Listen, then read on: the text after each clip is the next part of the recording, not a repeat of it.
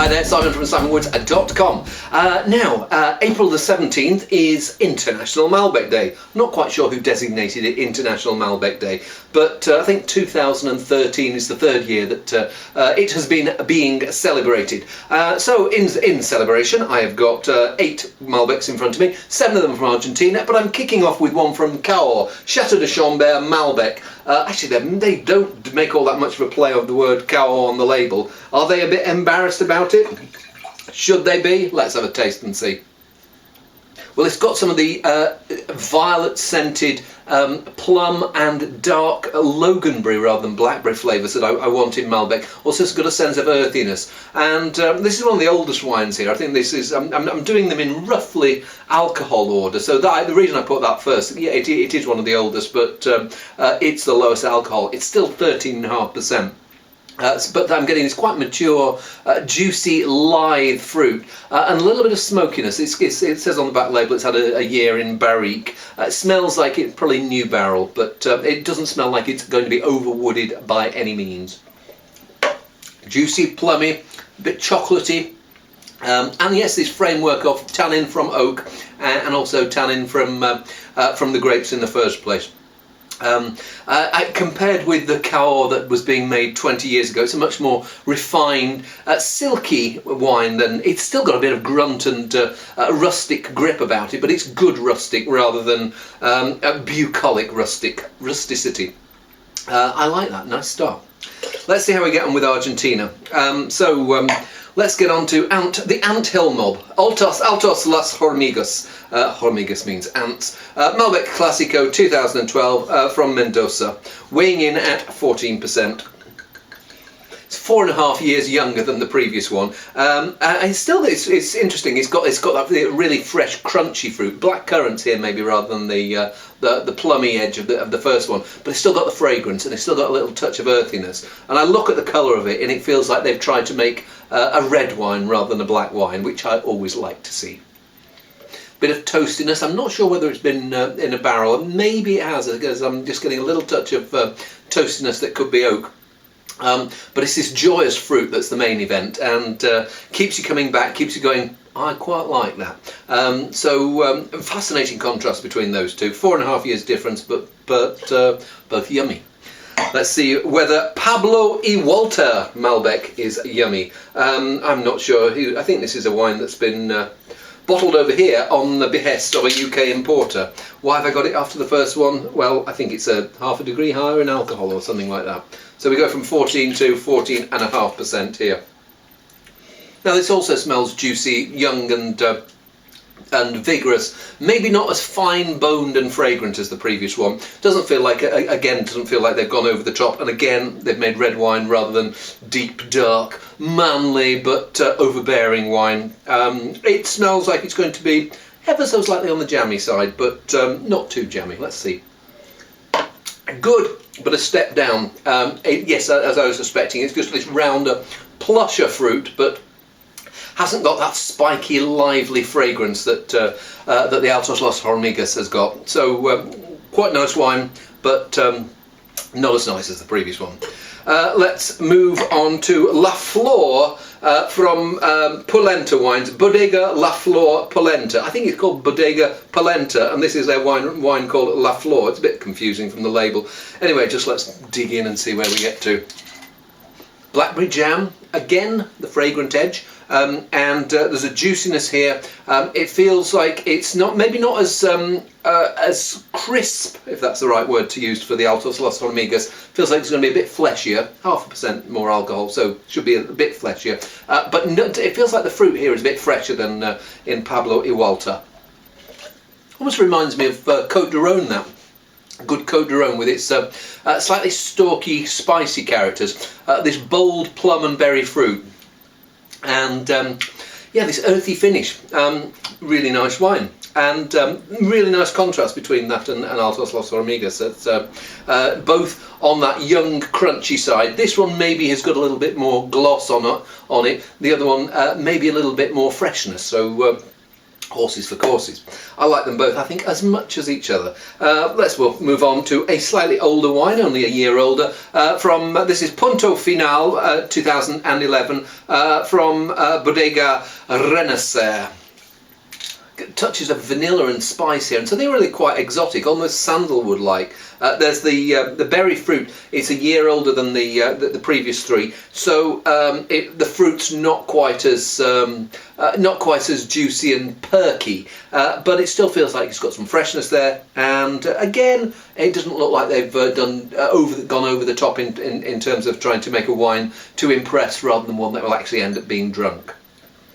And it's okay. That fragrant sandalwood edge, rather than the violet that I was getting in in some of the best of the previous one, that persists, and there's a touch of vanilla, a bit of toffee there. Fruit-wise, it's lost a little bit of the freshness that was still in the 2012s. I like it, but I think if I'd had it without having the previous, well, certainly some of the previous ones, I would probably be enjoying it more. As it is, it's okay, no complaints, but feels like a bit of a step down, and certainly it's a step down in bottle height. So let's see whether, as we go up again in bottle height, whether we restore normality and quality. For we are on Column A, 2010 Estate Malbec. Now, I think the other 6 of the Argentinians are from Mendoza.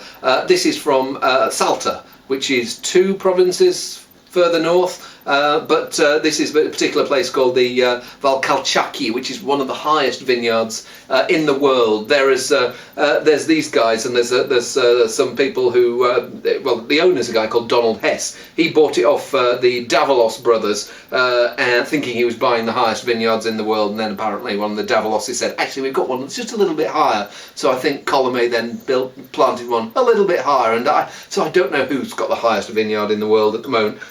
I'm sure I remember, hasn't someone in Bolivia got some high vineyards as well? Anyway, I better shut up and taste the wine. Slightly rustic feel here. I don't know whether it's a wood thing or an ever so slight cork thing, but there is just a slight earthy dankness here. I got earthiness in some of the other ones, but here I'm just wondering whether it's a barrel or a cork thing. But the fruit also feels plusher, and yeah, it feels like it's got ripe, but it feels like it's had a bit more heat on it. So there's a rounder, fuller, broader both of shoulder and of waistline here. It smells interesting, but I don't know whether I'm going to prefer some of the younger, fresher ones. Let's see. Big, full, earthy wine, and I think the earthiness is that I'm getting. It's the wine, not the bottle. I think the bottle's actually quite smart. It is a fuller, fleshier style than the wines that have gone before, and yeah, you can taste the warmth, you can taste the intensity, It's quite a nice warm spring day here, and the temperature. People think, oh yeah, as red wines get bigger and bigger, serve them warmer and warmer. I'd almost say the opposite for some of the more robust New World wines. I find that at higher temperatures, you're getting a lot of the heat really comes through, and if there's any hint of jamminess in the wine, then that comes through more strongly. Maybe even quarter of an hour in the fridge, and something like that would be, yeah, it's certainly looking fresher. Not that it's not looking fresh now, but I think it would be of benefit to a wine like that. Yeah, decant it and put it in the fridge, if that makes sense. So I like it at the moment. I think that I don't know, the good 2012s, I think of them as almost like slightly not outdoorsy type of wines, but good juicy gluggers. Here it feels like there's a little bit more earthiness and complexity. Sometimes you want the freshness, sometimes you want something that's a little bit more sit back and contemplate. So I might sit back and contemplate that later after having glugged some of the others. Wine number 7. I think this is the highest alcohol, 15.5% for Familia Bianchi Malbec, and we're in Mendoza, back in Mendoza here, but towards the south of Mendoza. So let's give it a whirl. And this is a big, rich, juicy Again, those plums, berries, the damsons, that little edge of damson skin as well. It's maybe I can't fault it for its intensity, certainly from the aromas. Maybe I miss a few more of the grace notes. Well, that's not a shy fawn of a wine, and it's big, rich, rounded, chocolatey. It's got this juicy, plummy berry, and this licorice. All those things for me point maybe to somewhere that is just a little bit too warm, or maybe they picked everything that little bit too late. I get what I call the skinniness, so I get damson skins, black currant skins, almost a sign that the grapes started to shrivel up on the vine, losing a bit of freshness, so I miss a little bit of the violets, the earthiness that was in some of the younger, fresher wines, and it's a style that I know lots of people love. So I'm not going to I'm not going to be too heavy-handed with the criticism, but it's not a style of wine that I want to particularly encourage, and I almost think about how much of that could I drink. I think I'd struggle to do half a glass. And I was talking about the Colomé and saying of that as a wine I'd serve on the cool side. I'd almost serve that even a little bit cooler, maybe half an hour in the fridge. Of course, it's going to warm up, and as it warms up, well, at the cool temperatures, maybe you will get some of that freshness coming through. But as it warms up, then those plummy notes will come through. And I suppose when the licorice and the volatile alcoholic bits start coming through, that's a sign that maybe you need to stick it back in the fridge. Hey, final wine, Trapiche. So this is Trapiche 2008 and Vigna Federico Filani. Each year since, I don't know, 2003, something like that. Trapiche, Trapiche gets big. It's part of Peñaflor, Argentina's largest wine company, and each year they get grapes from loads and loads of growers. And to encourage them, they started picking 3 of the best and doing a single vineyard bottling of their wines. This is one of them. And it's funny, it's 2 years older than the previous one, but it always seems to have a bit more fruit freshness about it. And it has got some of the violets, berries, and some of the earthiness. But there's also this. I was talking about iron-rich character. I can't remember which one of the ones it was in earlier. But there's a real sense of earthiness from the soil coming through in here. So it smells good. Taste it. And really good it is too, so it's proud and plummy, but it's got this backbone that is keeping it all from going too wobbly. So there's the earthy minerality, and there's that fragrance too, and there's a freshness. And despite the 15% alcohol, if I have an ever so slight carp, I get just a little touch of Brettanomyces, maybe drying the finish out a touch, but it is really a minor carp. I've enjoyed these. I've enjoyed some of them more than others, and I found that there were some that were maybe winter wines. I would say that the higher alcohol wines that they send are more the winter wines. The ones that the younger, these 2012, I'd be digging into those with barbecues and stuff like that, and or asados if you want to get into true Argentinian mode.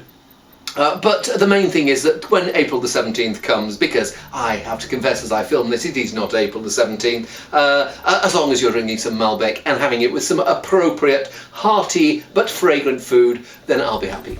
See you soon.